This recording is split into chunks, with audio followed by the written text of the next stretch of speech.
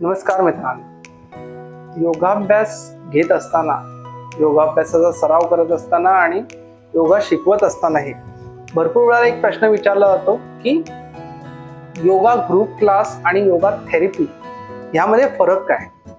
तर पहिली गोष्ट मित्रांनो सांगायचं तर योगा ग्रुप क्लास हा जनरल फिटनेस क्लास असतो, जिथे एक 8-10 लोक एकत्र येत असतात आणि शिक्षक त्यांना एक आसनं, प्राणायाम, ध्यान ह्या गोष्टी कॉमनली शिकवत असतात.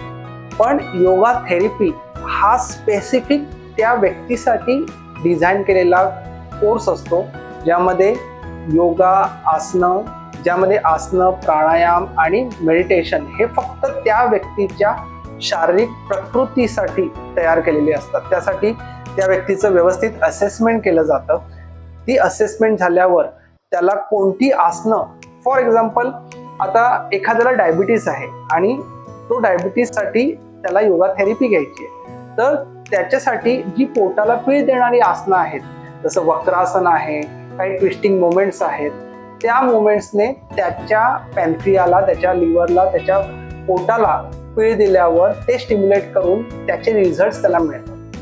काही प्राणायाम आहेत जे स्पेसिफिकली त्या व्यक्तीसाठी, आता तो समजा तो डायबिटीस त्याला कशामुळे झालाय, त्याच्यामागे भरपूर कारणं असतात, किंवा काही स्पेसिफिक मेडिटेशन टेक्निक्स आहेत, त्याद्वारे त्याच्यावर उपचार केले जातात आणि पुढच्या 3 ते 4 महिन्यामध्ये त्याला त्याच्या त्या डायबिटीस स्टेजपासून, फॉर एक्झाम्पल त्याचा जर एव्हरेज 3 महिन्याची जी शुगर आहे ती 9 to 10 काउंट पर्यंत असेल, 9 to 10 पॉईंट्स पर्यंत असेल, तर ती 7 to 8 पर्यंत किंवा 6 पर्यंत आणणं हे पुढच्या 3 ते 4 महिन्याचं टार्गेट असतं त्या योगा थेरपिस्टचं, जो ह्या स्पेशल टेक्निकने त्याला ते रिझल्ट देत असतो.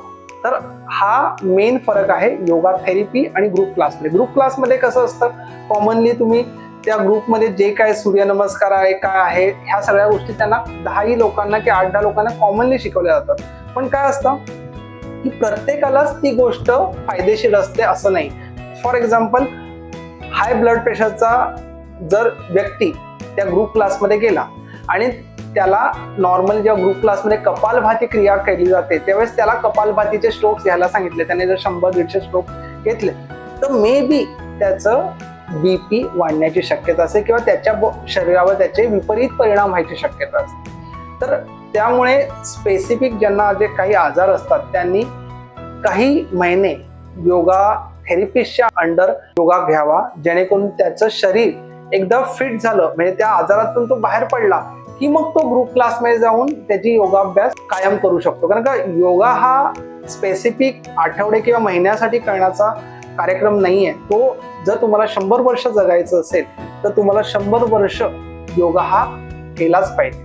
तुमच्या शरीराला सुदृढ हे ठेवलंच पाहिजे, तरच तुम्ही निरोगी आणि आनंदी आयुष्य जगू शकाल. असेच योगा रिलेटेड व्हिडिओ पाहण्यासाठी अनुभूती योगाला फॉलो करा. धन्यवाद.